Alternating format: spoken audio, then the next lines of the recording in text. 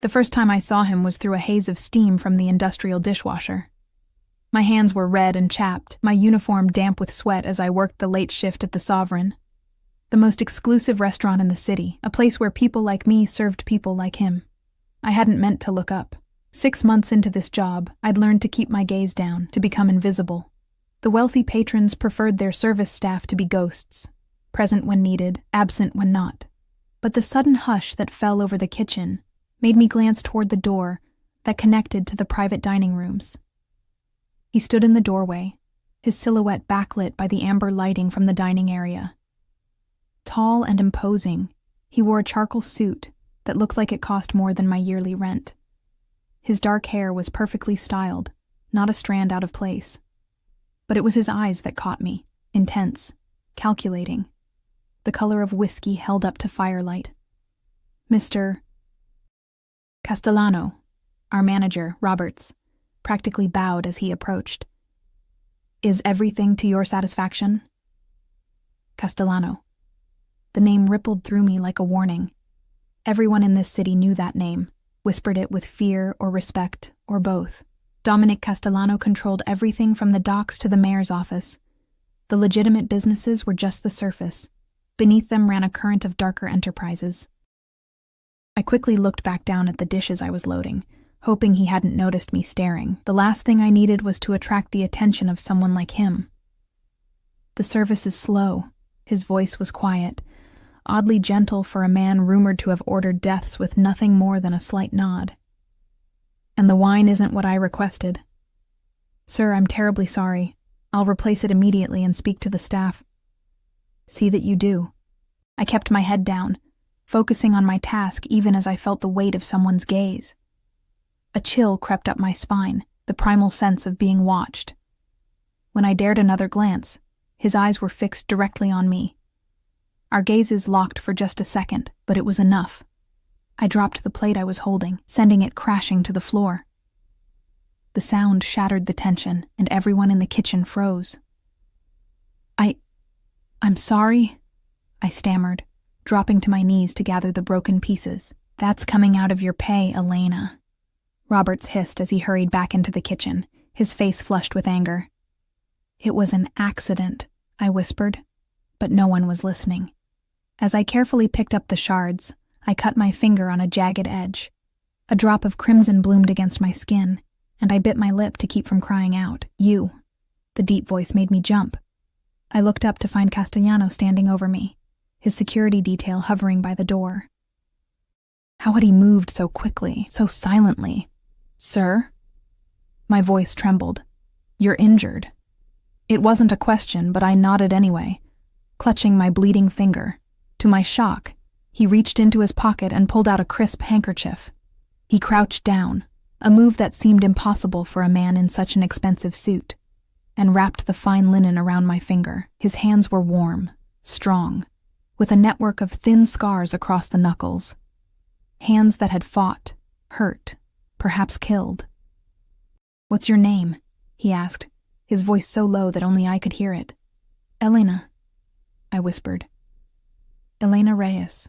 Something flickered in his eyes, recognition, interest, I couldn't tell.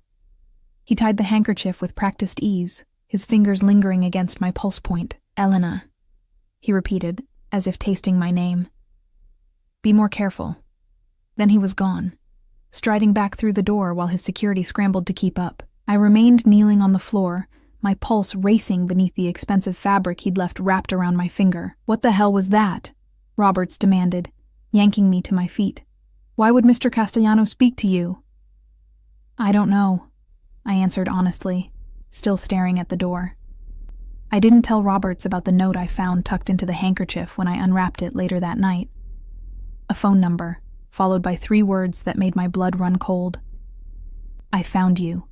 3 days passed, and I tried to convince myself it had been nothing. A strange encounter, perhaps even a veiled threat, though for what, I couldn't imagine. I'd never had any connection to Castellano or his organization. I was nobody, invisible. The cut on my finger healed, but I kept the handkerchief, tucked between the pages of the battered copy of Jane Eyre on my nightstand. Sometimes at night, I'd take it out, run my fingers over the embroidered initials, DC, and wonder what he'd meant. I hadn't called the number. What would I even say? Besides, associating with someone like Dominic Castellano could only lead to trouble. My tiny apartment felt smaller than usual that evening as rain lashed against the windows. The building's heating system had broken again, leaving me huddled under blankets, a cup of tea warming my hands as I tried to study for the nursing exam I was scheduled to take in a month. This job at the Sovereign was just temporary, a means to an end. One day, I'd be the one helping others, not serving them overpriced meals. A knock at my door startled me. No one ever visited me here, in this run-down building at the edge of the city. I set down my tea and approached cautiously. "Who is it?" I called, my hand hovering over the chain lock. "Delivery for Elena Reyes," a gruff voice answered. I frowned. I hadn't ordered anything, and it was nearly 10 p.m., far too late for regular deliveries. "I think you have the wrong apartment," I said. "Apartment 4B, Elena Reyes. I need a signature." Against my better judgment, I opened the door a crack, keeping the chain engaged. A man in a delivery uniform stood there, holding a large box. "I didn't order anything," I insisted. "It's already paid for, ma'am. I just need you to sign." Curiosity won out. I closed the door, undid the chain, and opened it again to accept the electronic signature pad he thrust toward me. As I signed, I noticed a sleek black car idling at the curb outside my building, its windows tinted so dark they looked like slices of midnight. The delivery man handed me the box and left without another word. I locked the door quickly behind him, my heart pounding as I set the package on my kitchen counter. It was beautifully wrapped in silver paper with a black satin ribbon. Far too elegant to be anything I would have ordered. With trembling fingers, I untied the ribbon and carefully removed the wrapping. Inside was a box from Fontaine's, the most exclusive clothing store in the city, a place I'd never even dared to enter. I lifted the lid to find a dress, a deep burgundy color that shimmered under my apartment's harsh lighting. The fabric was softer than anything I'd ever touched, flowing like water between my fingers. Beneath it lay a pair of matching shoes, a small clutch purse, and a velvet jewelry box containing a delicate silver necklace with a teardrop ruby pendant. A small cream-colored card sat at the bottom of the box. The handwriting was bold, confident strokes. "Tomorrow night, 8 p.m. A car will be waiting. DC." My first instinct was to refuse, to pack everything back in the box and leave it outside my door. But as I ran my fingers over the dress again, I found myself wondering what it would feel like to wear something so beautiful. Just once. A second knock made me jump. This time when I looked through the peephole, there was no one there. Only a small envelope on the floor. I opened the door cautiously and retrieved it. Inside was a photograph, old, its edges worn. A family portrait. My breath caught in my throat as I recognized the faces. My parents, much younger, with me as a toddler on my mother's lap. And standing beside them, his arm around my father's shoulder, was a younger version of Dominic Castellano. On the back, written in fading ink, "The Reyes and Castellano families, 1998. My hands shook so badly I had to sit down. This made no sense. My father had been a construction worker, my mother a housekeeper. They died in a car accident when I was 7, leaving me to bounce between distant relatives and foster homes. They'd never mentioned knowing anyone powerful or wealthy, let alone a man like Castellano. I stayed up all night, the photograph in one hand, the handkerchief in the other, trying to piece together a puzzle with too many missing parts. By morning, exhaustion had made my decision for me. I would go. I would meet him. I needed answers about my parents, about why he'd said "I found you." The next day passed in a blur of anxiety and preparation. I showered carefully, dried my hair until it fell in soft waves past my shoulders, applied the little makeup I owned with more care than usual. When I finally slipped the dress over my head, I hardly recognized the woman in my small bathroom mirror. The fabric embraced my curves, the color making my olive skin glow and bringing out amber highlights in my brown eyes. At precisely 8 p.m., my phone buzzed with a text from an unknown number. "The car is waiting." I took one last look at my apartment, tucked the old photograph into my new clutch purse, and stepped out into the night. The same black car from the previous evening was parked at the curb, its engine purring softly. The driver emerged as I approached, opening the rear door with a slight bow. "Ms. Reyes," he said. Not a question. The interior was all black leather and soft lighting, empty, except for a single red rose on the seat. As I settled in, I caught a faint scent. Sandalwood and something else. Spicier, more dangerous. His scent, lingering from an earlier journey. The car pulled away from my building, carrying me toward whatever Dominic Castellano had planned. Toward answers, I hoped. Or perhaps toward something far more dangerous than questions. In the darkness of the back seat, I fingered the ruby pendant at my throat and whispered a silent prayer that I wasn't making the biggest mistake of my life. The car wound through the city streets, passing through neighborhoods that grew increasingly elegant. Wrought iron gates gave way to manicured hedges and sprawling estates. We finally stopped before a mansion set back from the road, its limestone facade glowing amber in the carefully positioned landscape lighting. "We've arrived, Ms. Reyes," the driver announced, opening my door. I stepped out, my borrowed heels sinking slightly into the gravel driveway. The mansion loomed above me, windows blazing with warm light. This wasn't a restaurant or public venue as I'd expected. This was his home. A wave of panic washed over me. I'd walked straight into the lion's den, wearing a dress he'd provided, arriving in his car. I was completely at his mercy. The massive front door opened before I reached it. A woman in a crisp black uniform offered a practiced smile. "Ms. Reyes, we've been expecting you. Please come in." The foyer was cavernous, with a sweeping staircase and marble floors that echoed with my hesitant steps. Original artwork hung on the walls. Not the reproductions you'd find in upscale hotels, but genuine masterpieces. Security cameras tracked my movements from discreet corners. "This way, please," the woman said, leading me through the house. We passed rooms filled with antique furniture, a library with floor-to-ceiling bookshelves, a sitting room where a fire crackled in a stone hearth. No one else was visible, but I felt the presence of others. Security personnel watching from shadows, staff moving silently behind closed doors. Finally, we reached a set of double doors at the rear of the house. The woman knocked once, then opened them without waiting for a response. "Ms. Reyes has arrived, sir." The room beyond was a conservatory, with glass walls and ceiling revealing the night sky above.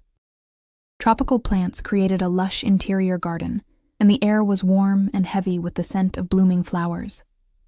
A small table had been set for two, crystal and silver gleaming in the soft lighting, and there he was, standing with his back to me, looking out at the darkened gardens beyond the glass. Dominic Castellano turned slowly, his eyes finding mine with unsettling precision. "Elena," he said, my name in his mouth sounding like something precious and rare. "You came." He wore another impeccable suit, this one a deep navy that made his broad shoulders look even more imposing. A gold watch glinted at his wrist, the only adornment besides a signet ring on his right hand.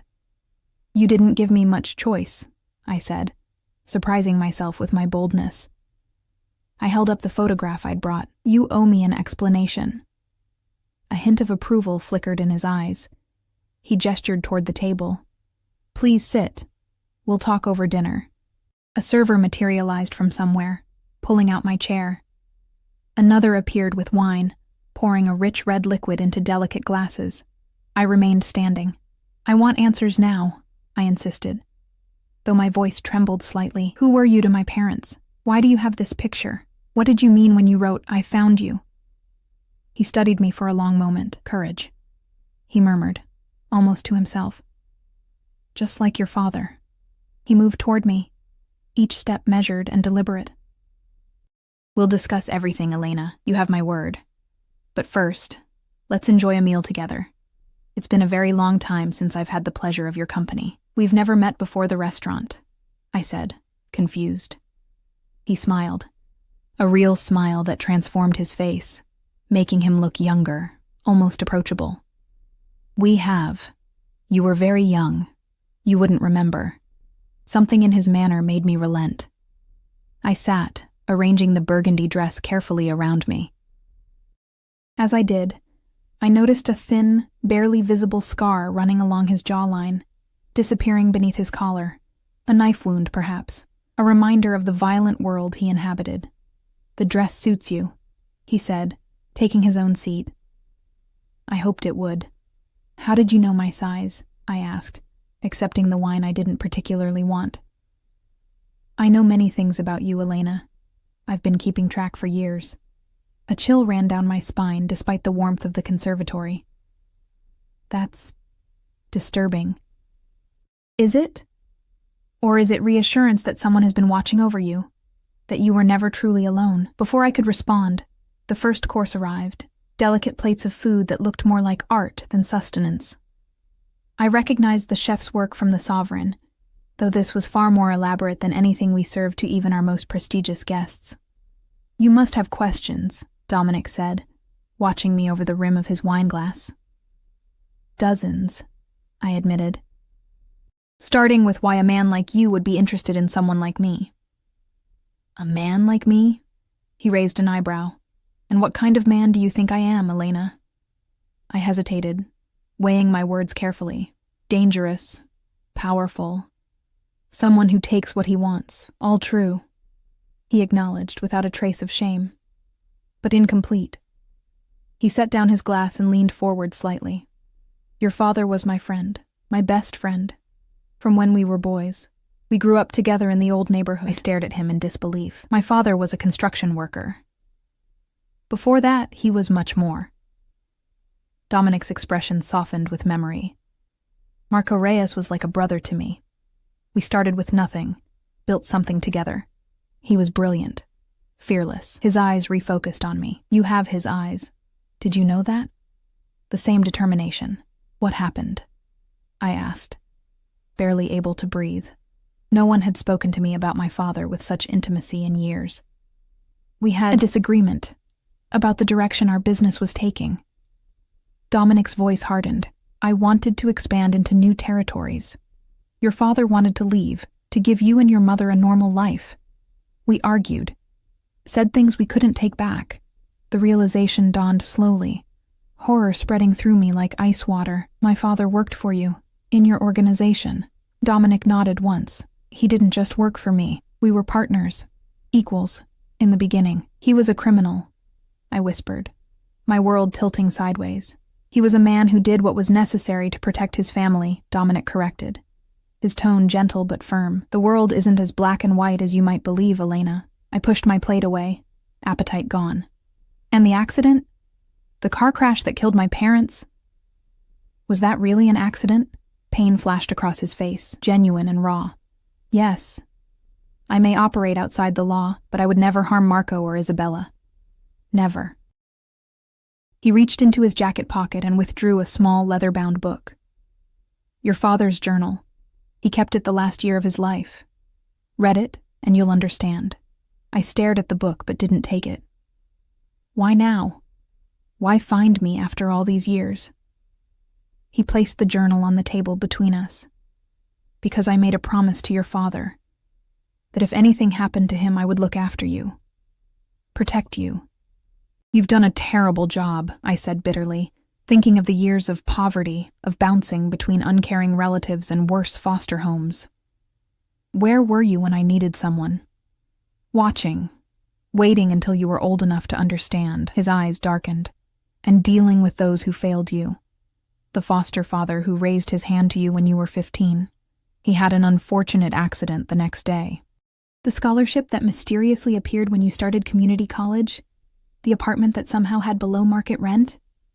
The jobs that always materialized when you needed them most?" My mind raced, connecting dots I'd never seen before. Small mercies I'd attributed to luck or coincidence. "You've been manipulating my life," I accused, anger flaring. "Guiding it," he corrected. "From a distance, as Marco would have wanted. And now? Why reveal yourself now?" Dominic's expression changed, becoming more guarded. "Because you're in danger." I laughed, the sound sharp and hollow in the lush surroundings. "From who?" "You're the most dangerous person I know." "Not from me. Never from me." He leaned forward, his voice dropping. "Your father had enemies, Powerful people who thought he took something that belonged to them before he died. They've discovered he had a daughter. What could I possibly have that anyone would want? I asked. Information. Access to accounts. Keys to storage locations. They believe Marco would have entrusted these things to you. Perhaps without you even knowing. I shook my head in disbelief. That's insane. My father was just... I stopped, no longer sure of anything about the man who had raised me. 3 days ago, someone broke into the records at your former foster agency, Dominic continued. Yesterday, a man was asking questions about you at the Sovereign. That's why I had to move quickly, to get to you first. Fear crawled up my spine. You could be making this all up, creating a threat, so I'll, what? Trust you? Depend on you? His expression hardened. I don't need to manufacture dangers to earn your trust, Elena. Reality is quite dangerous enough. He stood abruptly. Come with me.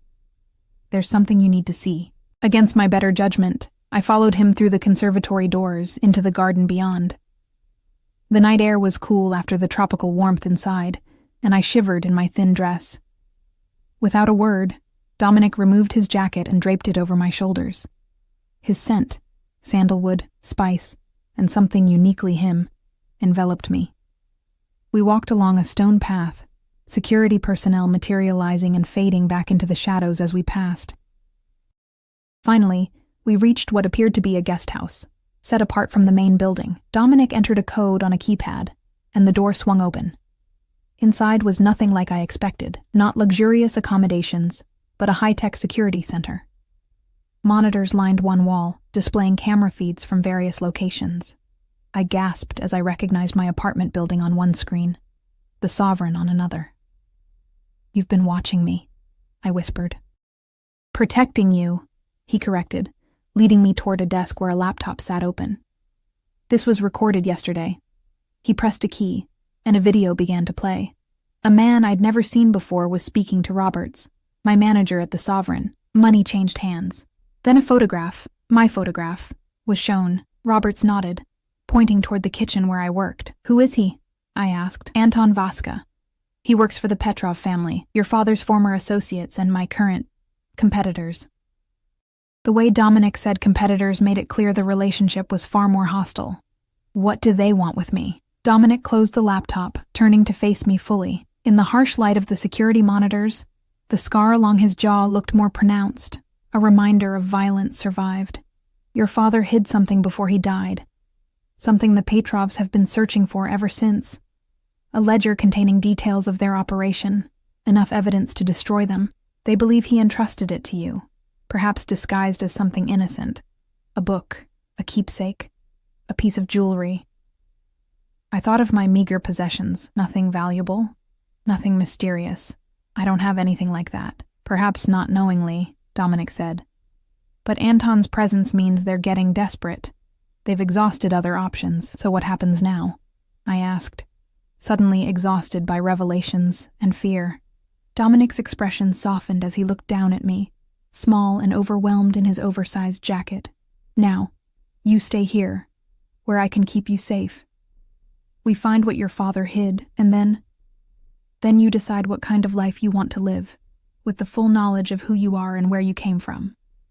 And if I refuse, if I walk out now, then I'll have you driven home, he said simply, and I'll do my best to protect you from a distance, as I've always done. But I can't guarantee your safety if you refuse my help.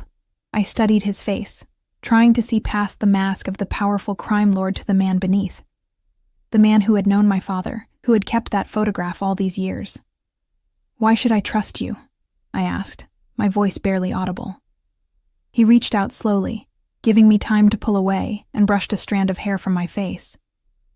The touch was gentle, incongruous from hands capable of such violence. Because I loved your father like a brother, he said softly. Because I've watched over you since you were a child. Because despite what I am and what I've done, I have never lied to you, Elena, and I never will. In that moment, standing in the glow of surveillance monitors showing a world I no longer recognized, I made my decision. Not out of fear or coercion, but out of a desperate need to understand the truth about my past, and perhaps to secure my future. I'll stay, I said. But only until we find this ledger. And then I want my life back. Something flickered in Dominic's eyes. Satisfaction, relief, perhaps something more complex. Of course, he agreed. Your life is yours to direct. I'm merely offering protection while you need it. As he led me back toward the main house, his hand resting lightly at the small of my back, I couldn't shake the feeling that I had just made a deal with the devil. A devil who wore expensive suits, who looked at me with eyes that held secrets about my past, and who had orchestrated this moment perhaps years in advance. Yet beneath the fear and uncertainty, another emotion stirred, a flicker of belonging I hadn't felt since my parents died, as if I'd been wandering lost for years, and had finally, unexpectedly, found my way home. Morning light filtered through unfamiliar curtains, waking me from a restless sleep. For a moment, I forgot where I was. The bed was too soft, the sheets too silky against my skin. Then memory flooded back. Dominic Castellano, the revelations about my father, the decision to stay. I sat up, taking in my surroundings properly for the first time. The guest suite I'd been given was larger than my entire apartment, decorated in shades of cream and pale blue. Fresh flowers sat on a side table, their sweet scent permeating the air. Through French doors, I glimpsed a private balcony overlooking the gardens. My few belongings had been brought from my apartment during the night, my textbooks stacked neatly on the desk, my worn backpack hanging from a chair. The contrast between my threadbare possessions and the opulent room was jarring. A soft knock at the door made me pull the covers higher. Yes? A young woman entered carrying a tray. Good morning, Ms. Reyes. Mr. Castellano thought you might prefer breakfast in your room while you settle in. She set the tray on a small table by the window. Fresh clothes are in the wardrobe. Mr. Castellano would like to see you in his study at 10, if that's convenient. If that's convenient, as if I were a guest rather than a prisoner, albeit a well-treated one. Thank you, I said, for lack of a better response. When she'd gone, I slipped out of bed and padded to the wardrobe. Inside hung a selection of clothes in exactly my size, simple, elegant pieces that somehow matched my personal style, while being of far higher quality than anything I'd ever owned. I fingered the soft fabrics, caught between gratitude and unease at how thoroughly Dominic had studied my life. After a quick shower in the marble bathroom, complete with products I recognized as expensive from my time serving wealthy clients, I dressed in jeans and a soft sweater that felt like cashmere against my skin. I ate breakfast. Fresh fruit, pastries still warm from the oven, the best coffee I'd ever tasted, while flipping through my father's journal. Most entries were mundane, detailing everyday concerns and joys. Pride in my early reading abilities, worries about bills, love for my mother. But scattered throughout were cryptic notes, references to D and business dealings left deliberately vague. It painted a picture of a man torn between two worlds, the legitimate life he was building, and the shadow existence he shared with Dominic. The last entry, dated just days before the crash, chilled me. D doesn't understand. There's no clean way out of this life. The Petrovs won't let the matter rest, not after what I've taken. If anything happens, Elena must be protected at all costs. The key is with her always, hidden in plain sight, where only she would think to look. I closed the journal, my fingers trembling. What key? What had my father hidden with me? At precisely 10 o'clock, I made my way downstairs, following the directions a staff member had provided. The house was even more impressive by daylight. Soaring ceilings, artwork I recognized from museum exhibitions, furnishings that whispered old money and refined taste. It wasn't gaudy or showy. Everything spoke of genuine quality and understated wealth. Security personnel were visible now, positioned discreetly throughout the house. They watched me with professional detachment as I passed, acknowledging me with slight nods. Not guards to keep me in, I realized, but to keep others out. Dominic's study was a large room with wood-paneled walls and a wall of windows overlooking the grounds. Books lined built-in shelves, and a massive desk dominated one end. He stood when I entered, setting aside what looked like financial reports. "Elena," he said, his voice warming, "did you sleep well?" He looked different in daylight, no less powerful, but more human somehow. He'd forgone a suit jacket, wearing just a crisp white shirt, with the sleeves rolled up to reveal strong forearms marked with faint scars. The hard lines of his face seemed softened by the morning light. As well as can be expected, I answered honestly. I held up the journal. I've been reading. And? He gestured for me to sit in one of the leather armchairs positioned near a fireplace, taking the seat opposite. He mentions a key that's with me always. But I don't have anything like that. No key. Nothing of value that could hide something. Dominic leaned forward, elbows on his knees. Think, Elena. Did your father give you anything before he died? A toy? A piece of jewelry? A book? I shook my head. The accident happened while I was at school. I never got to say goodbye. Everything I have from them is just normal stuff. Photos, a few books, my mother's wedding ring. At the mention of the ring, something flickered in Dominic's eyes. What? I asked. Your mother's ring, he said carefully. Do you have it with you? No, it's at my apartment, in a jewelry box on my dresser. I twisted my hands in my lap. It's the only thing of real value that I have from them. I never wear it. I've always been too afraid of losing it. Dominic nodded thoughtfully. We should retrieve it. If Marco wanted to hide something valuable but ensure you kept it close, your mother's ring would be the perfect vessel. You think there's something hidden in my mother's ring? The idea seemed absurd, yet strangely plausible. It's worth investigating, he said, then tapped a button on the desk. Almost immediately, a door opened, and a man entered, tall, with a weathered face and watchful eyes. Victor, arranged to have Ms. Reyes's apartment searched. We're looking for a woman's ring, likely in a jewelry box on the dresser. Victor nodded once and left without speaking. You have people searching my home? I asked, anger flaring. For your protection, Dominic replied, unfazed by my reaction. The Petrovs may have already been there. The casual way he exerted control over my life was both infuriating and oddly reassuring. Someone was finally taking care of problems that had always been too big for me to handle alone. While we wait, Dominic continued, there's someone I'd like you to meet. He stood, offering his hand to help me up. Someone who knew your parents almost as well as I did. I allowed him to lead me through the house to what appeared to be a residential wing. The security presence was heavier here, with armed guards stationed at key points. Dominic nodded to them as we passed, his hand resting lightly at the small of my back, a gesture that was becoming familiar, its proprietary nature both unsettling and comforting. We stopped before a door guarded by two particularly imposing men. They stepped aside at Dominic's approach, one opening the door for us. The room beyond was bright and airy, set up as a combination sitting room and bedroom. Medical equipment lined one wall, and a nurse sat quietly in a corner, reading. In a hospital bed by the window lay an elderly man, thin and frail, his skin like parchment. Uncle Sal, Dominic said, his voice gentler than I'd heard it before.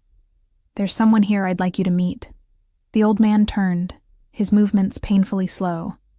His eyes, faded with age but still sharp, widened when they landed on me. Sweet Mother of God, he whispered, his voice a dry rasp. Marco's little girl. Dominic guided me closer. Elena, this is Salvatore Castellano, my father. The old man reached out a trembling hand, and I found myself taking it, feeling bones as delicate as a bird's beneath paper-thin skin. You look just like your mother, he said, tears gathering in his eyes. Beautiful Isabella, and you have Marco's eyes. I glanced at Dominic, uncertain. My father had a stroke 2 years ago, he explained quietly. He's been here under medical care since then. I'm dying, the old man said bluntly, with a wheezing laugh. No need to dress it up, Dominic. Cancer's eating me alive. His eyes remained fixed on me, but I lived long enough to see Marco's daughter grown. That's something. He tugged at my hand, pulling me closer. Your father was the best man I ever knew, he confided, his voice dropping as if sharing a secret. Better than me. Better than my son. Though Dominic tries. His eyes flicked briefly to Dominic, who showed no reaction to the assessment.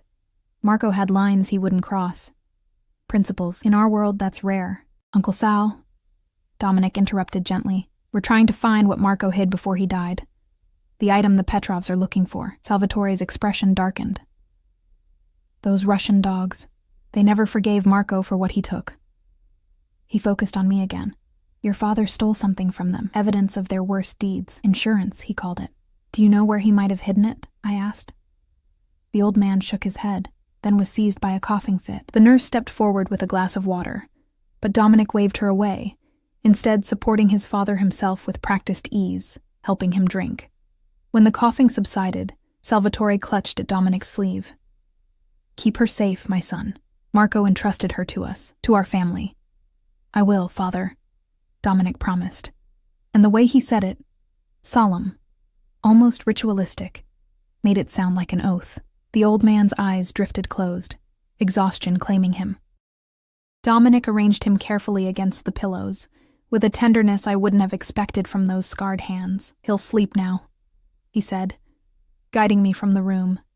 The medications make him drowsy. Outside in the hallway, I leaned against the wall, overwhelmed by the encounter. He really knew my parents. They were like family, Dominic confirmed. Your father was his protege, like a second son. When Marco left the organization, it broke my father's heart. And you? I asked. Did it break your heart too when my father left? Something dark and painful crossed his face. It did more than break my heart, Elena. It destroyed a part of me I never got back. Before I could ask what he meant, Victor appeared at the end of the hallway, his expression grim. Sir, we have a problem. The apartment has been ransacked, thoroughly searched. Cold dread pooled in my stomach. The ring? Gone, Victor confirmed, along with most of her other possessions. Dominic's face hardened, a transformation so complete it was frightening to witness. The man who had tenderly cared for his father vanished, replaced by someone calculating and dangerous. Get the security feeds from the building, he ordered. Find out who did this and where they went. Already working on it, sir. There's something else. Victor hesitated, glancing at me. We found blood. Not much, but enough to suggest there was resistance. My neighbors? I asked, horrified. Mrs. Patel next door? Mr. Guzman across the hall? The building was quiet, Victor said. No signs of other disturbances. Dominic turned to me, his expression softening slightly. We'll find out what happened. In the meantime, you're staying here. The security protocols will be increased. The reality of my situation crashed down on me. They're really looking for me, aren't they? These people who knew my father. They are, Dominic confirmed, not sugarcoating the truth. And they won't stop until they find what they're looking for. A horrible thought occurred to me. My job at the Sovereign, people there know me, know my routine. I've already handled it, Dominic said. As far as the Sovereign is concerned, you've taken an extended leave of absence with full pay. He touched my shoulder lightly. Elena, I need you to trust me now. Let me do what your father asked of me. Let me protect you. Looking into his eyes, I saw determination and something more complex, a mixture of duty and personal investment that went beyond a promise to an old friend. I don't have much choice, do I? I said, trying to keep my voice steady. There are always choices, he replied. But some are wiser than others.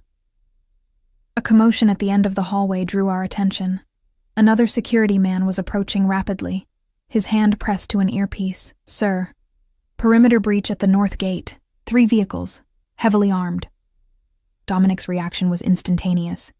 He pushed me against the wall, his body shielding mine as he drew a gun from beneath his shirt. Get my father to the panic room, he ordered. Victor, take Elena to the safe house. Now. Dominic, what's happening? I gasped, fear making my voice shake. They found you faster than I anticipated, he said grimly. He took my face between his hands, forcing me to focus on him. Listen to me carefully. Go with Victor. Do exactly as he says. I'll come for you when it's safe. But... Elena. His voice was steel wrapped in velvet. I promised your father I would keep you safe. I intend to keep that promise. Before I could respond, he pressed something cold and metal into my hand. A small handgun. Last resort, he said. Victor will protect you, but if something goes wrong, point and shoot. Don't hesitate. The weight of the weapon was terrifying in my palm, but I nodded, slipping it into my pocket. Dominic hesitated, then did something that shocked me more than the gun or the imminent danger. He leaned forward and pressed his lips to my forehead, a gesture so tender it seemed to come from someone else entirely. "Be safe," he whispered. Then he was gone, striding down the hallway, barking orders into a phone. Victor gripped my arm. "This way, Ms. Reyes. Quickly." I let myself be pulled along, through service corridors and down a flight of stairs I hadn't seen before. We emerged in an underground garage where a nondescript sedan waited, engine already running. "Get in the back," Victor instructed, opening the door. "Stay down." As I slid into the vehicle, the distant sound of gunfire reached my ears. My hands began to shake, the reality of my situation hitting me like a physical blow. This wasn't a movie or a book, this was my life now. Running from people who wanted something I didn't have, protected by a man whose world I barely understood. The car accelerated up a ramp and out into daylight. Through the tinted windows, I caught a glimpse of the mansion receding behind us, smoke rising from one wing. Men in tactical gear were exchanging fire with Dominic's security forces. And there, in the middle of it all, was Dominic himself, weapon drawn, directing his men with the calm authority of someone who had faced violence many times before. As if sensing my gaze, he turned, his eyes finding the departing car with unerring accuracy. Our gazes locked for just a moment before the car rounded a bend, cutting him from view. In that brief connection, I saw something in his expression that stayed with me as we sped away. Not just determination or duty, but a fierce, protective intensity that felt deeply personal. As Victor drove us away from the only safe place I'd known in years, I clutched the gun in my pocket and tried to make sense of how quickly my life had unraveled. In the space of a few days, I'd gone from anonymous server to the target of dangerous men, from a woman with no family to someone whose family history was written in blood and shadows, and somewhere at the center of it all was Dominic Castellano, a man I should fear, a man I barely knew, yet the only person standing between me and those who wished me harm. The safe house was a cabin nestled deep in the woods, about 2 hours outside the city. Simple but secure, with reinforced doors, shuttered windows, and surveillance cameras monitoring the perimeter. Victor installed me inside with brisk efficiency, showing me the panic room hidden behind a bookshelf, the emergency supplies, the communication system. "Mr. Castellano will contact us when it's safe," he said, checking his weapon. "Until then, we stay here and stay quiet." Hours stretched into an anxious evening. I paced the small living room, jumping at every creak and rustle from the surrounding forest. The gun Dominic had given me sat heavy in my pocket, a constant reminder of danger. "Has this happened before?" I finally asked Victor, who had maintained a watchful silence by the window. "Attacks on the mansion? Occasionally. The Petrovs have been growing bolder." His expression remained impassive. "But they've never gotten so close before. Someone gave them information. A traitor?" The concept seemed so melodramatic, like something from a movie rather than real life.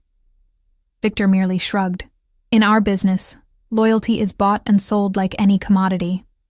Our business. As if I were already part of Dominic's world rather than an outsider thrust into it." The casual inclusion unsettled me. Night fell, bringing a different kind of darkness to the forest.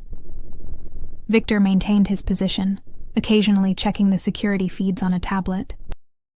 I tried to sleep on the small sofa, but managed only fitful dozing, my dreams filled with gunfire and Dominic's intense gaze. I was awakened just before dawn by the sound of a vehicle approaching. Victor was instantly alert, gun drawn. "Stay back," he ordered, positioning himself between me and the door. The security panel near the entrance chimed with an incoming code. Victor's posture relaxed slightly, but his weapon remained ready. The door opened, and Dominic stepped inside. My breath caught at the sight of him. A cut above his eye had been hastily bandaged. His once immaculate shirt was torn and stained with what looked horribly like blood, and he moved with the careful deliberation of someone hiding pain. "The house is secure," he told Victor. "Take the perimeter. I need to speak with Elena alone." Victor nodded and slipped outside without question, leaving us in sudden silence. Dominic's eyes found mine, something vulnerable flickering in their depths, before his careful mask slipped back into place. "Are you all right?" "Am I all right?" I repeated incredulously. "You look like you've been through a war." A ghost of a smile touched his lips. Occupational hazard. I moved toward him without thinking, reaching for the bandage above his eye. You're hurt. He caught my hand, his grip gentle despite the tension radiating from him. It's nothing. It's not nothing, I insisted. Let me see. I have nursing training, remember? Something in his expression softened, and he allowed me to guide him to a chair. I found a first aid kit in the bathroom and returned to find him sitting exactly where I'd left him, his posture rigid with pain he wouldn't acknowledge. What happened? I asked, gently removing the bloodied bandage. The Petrovs brought more men than expected, he said, wincing slightly as I cleaned the wound. They were well informed about our security protocols. Victor mentioned a traitor. Dominic's eyes hardened, already handled. The clinical detachment in his voice sent a chill through me. This was the other side of Dominic Castellano, the ruthless enforcer who eliminated problems without hesitation. The wound isn't deep, I said, applying a fresh bandage. But you should have proper medical attention. Later, he dismissed. We have more pressing concerns. I stepped back, folding my arms across my chest. Like what?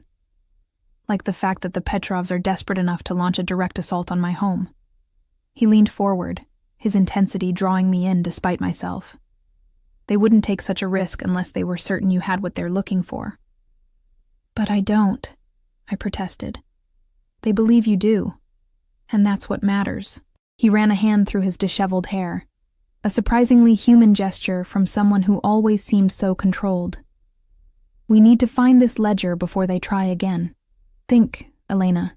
Think about what your father might have hidden with you. I sank onto the sofa, frustration and fear making my voice sharp. I've told you everything. The only valuable thing I had was my mother's ring. And that's gone now. Dominic went still, a peculiar expression crossing his face. Tell me about the ring. It was simple, I said, trying to visualize it. A gold band with a small diamond, nothing elaborate. Had you ever had it appraised? Cleaned by a jeweler? I shook my head. I couldn't afford that. I just kept it safe. He stood abruptly, pacing the small room. A ring would be too obvious. Marco was smarter than that. He stopped suddenly, turning to me. What else did he give you? Something personal? Something you'd keep close? I thought back to my childhood, to the blur of grief after the accident. There was a locket, I said slowly, memory surfacing. With their pictures inside. I wore it every day until the chain broke a few years ago. It's in the same jewelry box as the ring. So it's gone too, Dominic said, disappointment evident. No. I sat straighter, as realization dawned. No, I took it with me to work that day. The day you saw me at the Sovereign, the clasp was fixed, and I was going to wear it again. It should be in my locker at the restaurant. Dominic was already pulling out his phone. Victor, he barked when the call connected. The Sovereign, Elena's employee locker. There's a locket inside. Gold, with photos. Bring it here, now. He hung up and turned back to me, new energy in his movements despite his injuries. If your father hid something, that locket is the perfect place. Small, sentimental, always with you. But it's just a normal locket, I said. I've opened it hundreds of times to look at their pictures. Marco was clever. He wouldn't make it obvious. Dominic's expression softened. Elena, if we find this ledger, we can end this. The Petrovs will have no reason to come after you. And then what? I asked. The question that had been haunting me. What happens to me after this is over? He moved closer, his eyes intent on mine. That depends on you. What do you mean? You could go back to your life, finish your nursing degree, pretend none of this ever happened. He paused, something unspoken flickering in his expression. Or? I prompted when he didn't continue. Or you could accept your heritage. Take your rightful place. My rightful place? I repeated, incredulous. In your organization? As what? A criminal? His jaw tightened at my tone. As a Reyes. Your father helped build what I have today. Half of this empire is rightfully yours. The offer stunned me into silence. Dominic watched me, his expression guarded yet somehow vulnerable, as if my answer mattered beyond the practical considerations of inheritance and legacies. I don't know who I am anymore, I admitted finally. Everything I believed about my life, my parents. It's all been a lie. Not a lie, he corrected gently. A partial truth. Your parents loved you. They wanted to protect you from the reality of your father's life. He reached out, his fingers brushing mine with unexpected tenderness. You don't have to decide now, but know that you have options. You have a place with me, if you want it. The air between us seemed to thicken, charged with something more complex than our shared past or present danger. His proximity, the intensity of his gaze, made my pulse quicken in a way that had nothing to do with fear. The moment was broken by the sound of an approaching vehicle. Dominic moved swiftly to the window, gun appearing in his hand from somewhere beneath his ruined shirt. "It's Victor," he confirmed, relaxing slightly. Minutes later, Victor entered, holding a small velvet pouch. Found it exactly where she said. The locker wasn't even locked. Dominic took the pouch, emptying it into his palm. The gold locket gleamed in the early morning light. A simple oval pendant on a delicate chain. He handed it to me. "Open it," he instructed. With trembling fingers, I worked the tiny clasp. The locket opened to reveal what I expected. Tiny photographs of my parents, smiling at the camera, frozen in time. "There's nothing here," I said, disappointed. "Look closer," Dominic urged. "The frame, the backing." I examined the locket more carefully, running my fingernail along the edge where the photos were secured. To my surprise, the backing shifted slightly. "It's loose," I murmured, working at it until the metal disc popped free. Behind it was not empty space, but a tightly folded piece of microfilm. Dominic's breath caught. "That's it. That's what your father hid." Victor leaned in, equally intent. The Petrov ledger. With utmost care, Dominic extracted the microfilm, holding it up to the light. "Names, dates, accounts," he confirmed. "Everything the Petrovs didn't want exposed, their entire operation. So it's over?" I asked. "They'll leave me alone now?" Dominic's expression turned grim. "Not quite. They need to know we have it, and that copies exist in secure locations. Only then will they stand down. How do we do that? I arrange a meeting, show them what we have, make them understand that coming after you further would be against their interests." His tone was matter of fact, as if negotiating with murderous criminals was an everyday occurrence, which, for him, it probably was. "And you think they'll just agree after they attacked your home, after they came looking for me?" "The Petrovs are ruthless, but they're also practical businessmen," Dominic said. "Once they know the ledger could be released if anything happens to you, they'll consider you more valuable alive than dead." The clinical assessment of my worth made me shiver. "Make the arrangements," Dominic told Victor. "The usual neutral ground. Tonight." Victor nodded and stepped outside again, already on his phone. "You should rest," Dominic said, turning back to me. "Tonight will be difficult." "I'm not sure I can sleep," I admitted. "Try." His voice softened. "I'll be right here." Exhaustion suddenly overwhelmed me. The adrenaline of the past days, the emotional revelations, the constant fear, it all crashed down at once. I nodded mutely and retreated to the small bedroom. I must have fallen asleep almost immediately, because when I opened my eyes again, the light had changed. Late afternoon shadows stretched across the floor. I sat up, disoriented, and found Dominic sitting in a chair by the bed, watching me with an unreadable expression. "How long have you been there?" I asked, my voice husky with sleep. "A while." He didn't elaborate. Something had changed while I slept. His injuries had been properly treated, his ruined clothes replaced with fresh ones. But it was more than that. There was a new resolve in his bearing, a decision made. "What is it?" I asked. He leaned forward, elbows on his knees. "I've been thinking about your father, about the promise I made him." He paused. "And about how to end this situation permanently." "What do you mean, end it permanently?" I asked, fully awake now. Dominic's expression was resolute. "The Petrovs won't stop as long as they think there's a chance you know something they don't. Even with the ledger, they'll harbor doubts, resentments." His gaze held mine, unflinching. "The only way to truly protect you is to remove them as a threat entirely." A chill ran through me as I understood his meaning.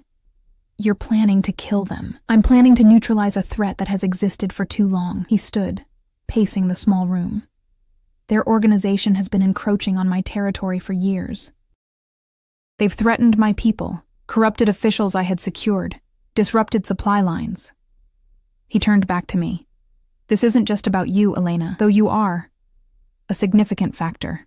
The way he said it, with a hint of vulnerability beneath the calm exterior, made my heart beat faster. I can't be responsible for a gang war, I said shakily. You're not. This conflict has been brewing for years. Your father knew it, which is why he took precautions to protect you. Dominic approached the bed, sitting on the edge, close enough that I could smell his cologne.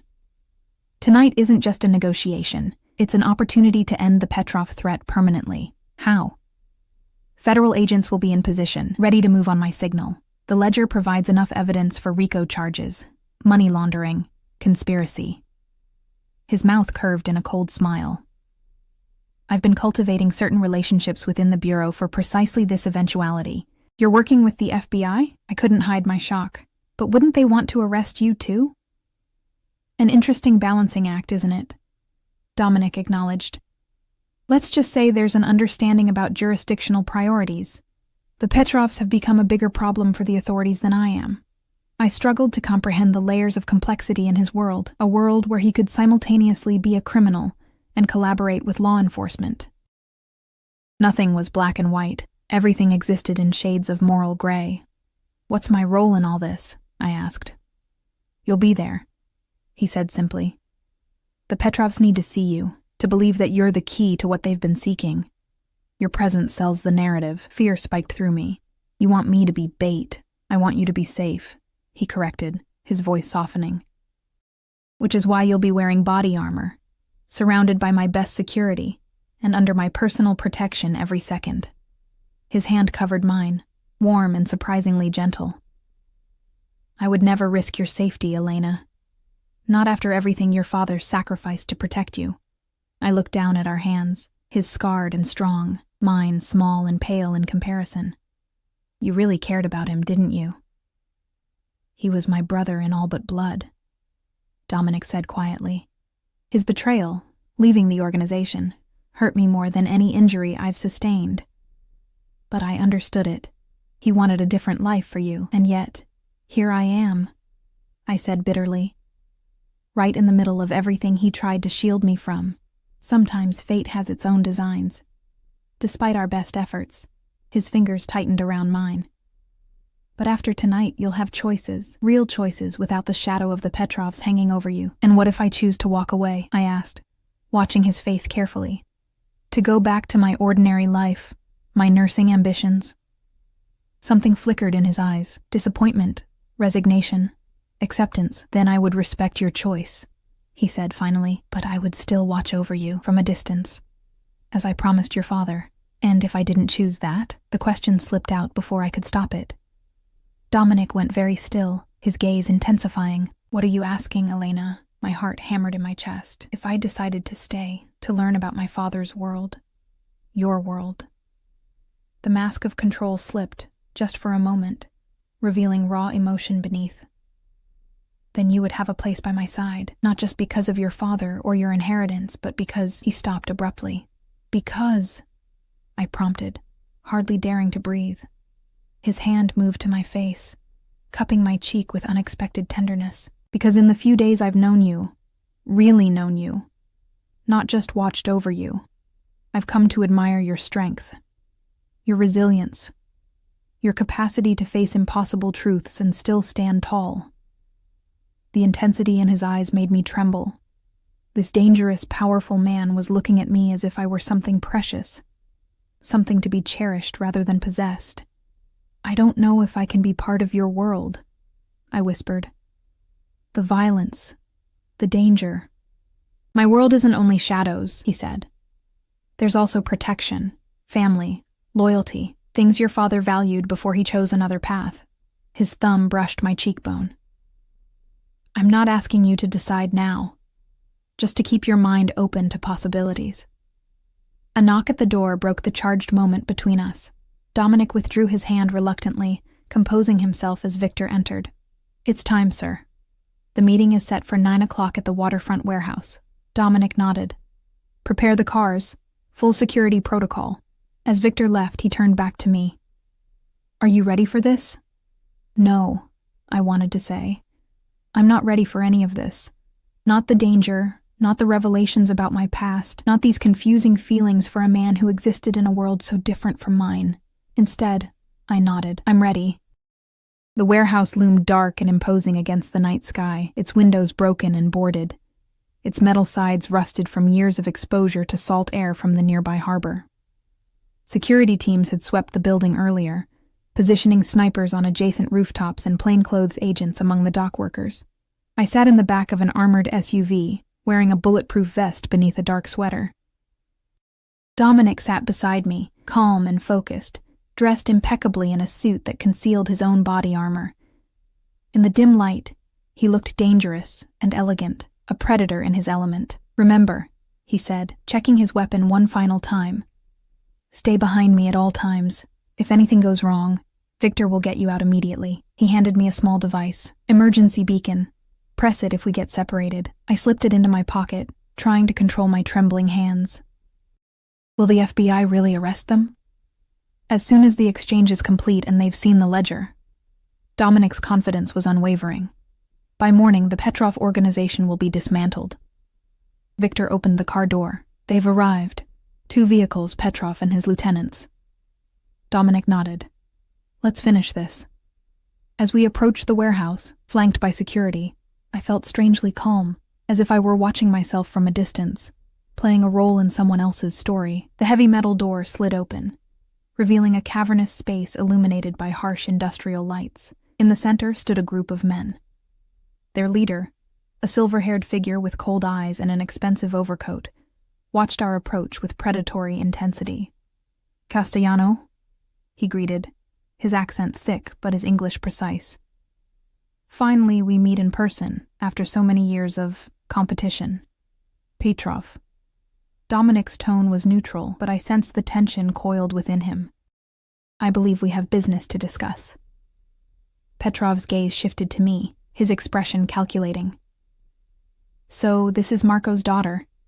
You look like him, especially around the eyes. I fought the urge to step back, to hide behind Dominic. Instead, I met his stare evenly, channeling something of the strength Dominic had praised in me. We have what you've been searching for, Dominic said, drawing Petrov's attention back to himself. The ledger your organization has killed for, threatened for. Show me, Petrov demanded. Dominic nodded to Victor, who approached with a laptop. The microfilm has been digitized. See for yourself. As Petrov and his men crowded around the screen, Dominic positioned himself slightly in front of me, a living shield. I watched Petrov's face as he viewed the contents, his confidence faltering, then hardening into something ugly and desperate. You know what this means, Dominic continued. Evidence of every illicit transaction, every murder ordered, every official bribed. Enough to destroy your entire operation. What do you want? Petrov asked, his voice dangerously quiet. 2 things. First, you withdraw completely from my territories, the docks, the south side, the shipping routes. Dominic's voice was matter of fact, as if discussing a business merger rather than criminal empires. Second, Elena Reyes is untouchable. Any move against her, any threat, even any surveillance, and this ledger goes to every law enforcement agency in the country. Petrov's eyes narrowed. You ask too much, Castellano. I'm not asking, Dominic replied, his tone hardening. I'm telling you how this will be. The tension in the warehouse was palpable, electricity crackling in the air. Petrov's men shifted, hands moving toward concealed weapons. Dominic's security did the same. Perhaps we should negotiate more. Privately, Petrov suggested, gesturing toward a side office. Just you and me, Castellano. It was a trap. I knew it instinctively, could see it in the slight smirk that touched Petrov's mouth, the way his men subtly repositioned themselves. Dominic, I whispered urgently. He gave an imperceptible shake of his head, silencing me. Why not? He agreed. Victor, stay with Elena. As Dominic moved to follow Petrov toward the office, A subtle movement caught my eye, one of Petrov's men adjusting something beneath his jacket, the glint of metal. "Gun!" I shouted, just as all hell broke loose. Gunfire erupted from multiple directions. Dominic dove toward me, knocking me to the ground and covering my body with his, as bullets ricocheted off concrete and metal. Victor pulled me behind a stack of crates, returning fire while Dominic engaged the nearest threat. Through the chaos, I heard shouting, saw figures in FBI jackets pouring in through side entrances. The raid had been triggered early by the gunfire. "Stay down," Dominic ordered, firing with deadly accuracy at Petrov's men. But through the smoke and confusion, I saw Petrov himself slipping away toward a back exit, a weapon in his hand. Without thinking, I pressed the emergency beacon in my pocket and followed, keeping low and using the chaos as cover. I couldn't let him escape, not after everything that had happened, not when he was the source of the danger that had upended my life. The back corridor was dimly lit and deserted. I moved cautiously, the gun Dominic had given me earlier now in my hand. Ahead, I heard a door open, saw a slice of night sky. "Stop!" I called, raising the weapon the way Dominic had taught me during our brief instruction. Petrov turned, surprise flashing across his face before it settled into contempt. "Marco's daughter," he sneered. "Coming to avenge Daddy? You've threatened me, invaded my home, endangered people I care about," I said, my voice steadier than I expected. "It ends now." He laughed, a cold sound that echoed in the narrow space. "You won't shoot me, little girl. You don't have your father's killer instinct, or your lover's." "Dominic isn't my lover," I said automatically. Petrov's smile widened. "No? The way he looks at you says otherwise." The mighty Castellano, brought low by Marco's little girl. His expression hardened. "He'll get you killed, just like your father." "My father died in a car accident," I said, but doubt crept into my voice. "Is that what Castellano told you?" Petrov laughed again. "Your father died because he trusted the wrong person, because he believed Dominic would help him escape this life." My hands trembled on the gun. "You're lying. Ask him who was driving the car that night," Petrov taunted. "Ask him why your mother's body was found with a bullet wound that the police conveniently overlooked." "Shut up," I whispered, tears blurring my vision. "Elena." Dominic's voice echoed down the corridor. "Elena, where are you?" Petrov raised his own weapon, pointing it past me. "Time to finish old business." I fired without conscious thought, the gun's recoil shocking me. Petrov staggered back, surprise replacing the sneer on his face as crimson bloomed across his expensive coat. He collapsed to his knees, then fell forward onto the concrete floor. Dominic reached me seconds later, taking in the scene with one sweeping glance. Without a word, he pried the gun from my rigid fingers and pulled me into his arms. "It's over," he murmured against my hair. "It's done."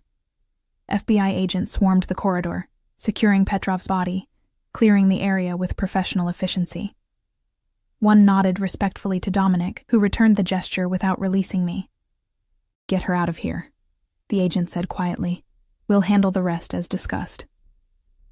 Dominic guided me through a side exit, away from the chaos inside the warehouse. Outside, the night air was cold and clean against my tear-streaked face. I pulled away from him abruptly. "Did you kill my parents?" I asked, my voice breaking. He went completely still. "What?" Petrov said, "He said you were driving the car, that my mother had a bullet wound." The words felt like glass in my throat. "Was it you?" Pain and shock crossed his face, genuine, undisguised. "No," he said hoarsely. "Elena, no. I loved your father. I would never—" He stopped, struggling for words.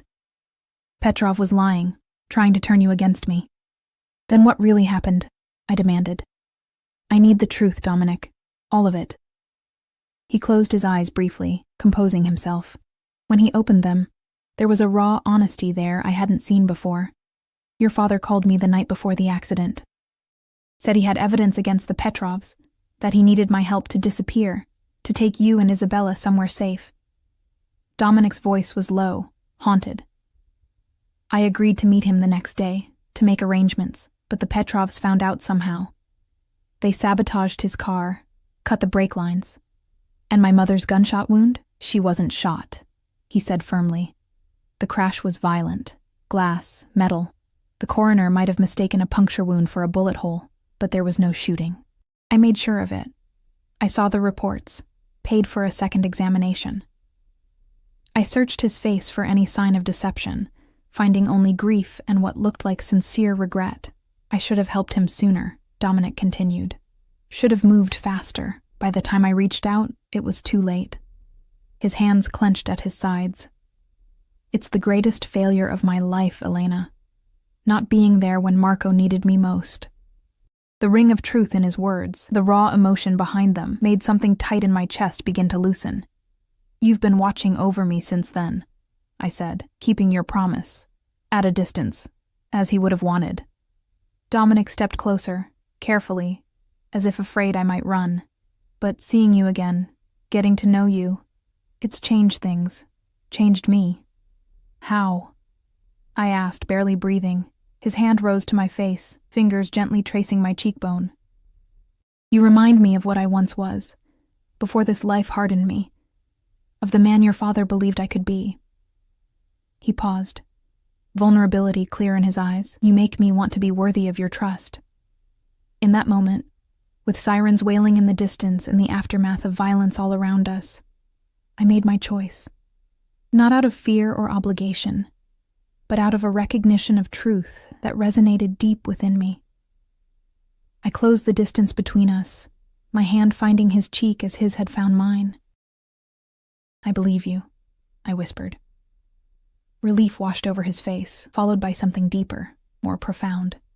Slowly, giving me every chance to pull away, he lowered his lips to mine. The kiss was gentle at first, tentative, at odds with the dangerous man the world saw. Then, as I responded, it deepened into something hungry and desperate, as if we were both seeking absolution in each other's arms. When we finally parted, breathless, his forehead rested against mine. What happens now? I asked. Now, he said softly. We build something new, something your father would be proud of. His arms tightened around me. The legitimate businesses, the foundations, the community work, that all continues, grows stronger. The other aspects, we'll scale back, transition. It won't happen overnight, but it will happen. Because of me? I asked, skeptical that my presence could trigger such a transformation. Because it's time, he answered honestly. And yes, because of you. Because I want to be the man you deserve, not just the man circumstances made me. In the distance, the warehouse glowed with the lights of emergency vehicles. The Petrov threat had ended, not just for me, but for Dominic's organization, for the city itself. It won't be easy, I warned. I still have my nursing exams, my own goals. He smiled, a genuine expression that transformed his face. I wouldn't expect anything less. Your father was stubborn too. His hand found mine, fingers intertwining. We'll figure it out together. As Dominic led me toward the waiting car, I felt a strange sense of completion, of pieces long scattered finally coming together. The daughter of Marco Reyes and the man who had loved him like a brother. Perhaps this was always where my path was meant to lead. The future stretched before us, uncertain but full of possibility. Not the life my father had envisioned for me, perhaps, but one where I could honor his memory while forging my own way forward. With Dominic beside me, both protector and partner, I would navigate this new world. Not as a victim of circumstance, but as a woman claiming her rightful place. In the moonlight, Dominic's ring glinted on his hand as he opened the car door for me. One day, perhaps, my mother's ring would be found and returned. But I no longer needed it to feel connected to my past. The truth, painful as it was, had finally set me free. As we drove away from the warehouse, leaving behind the violence that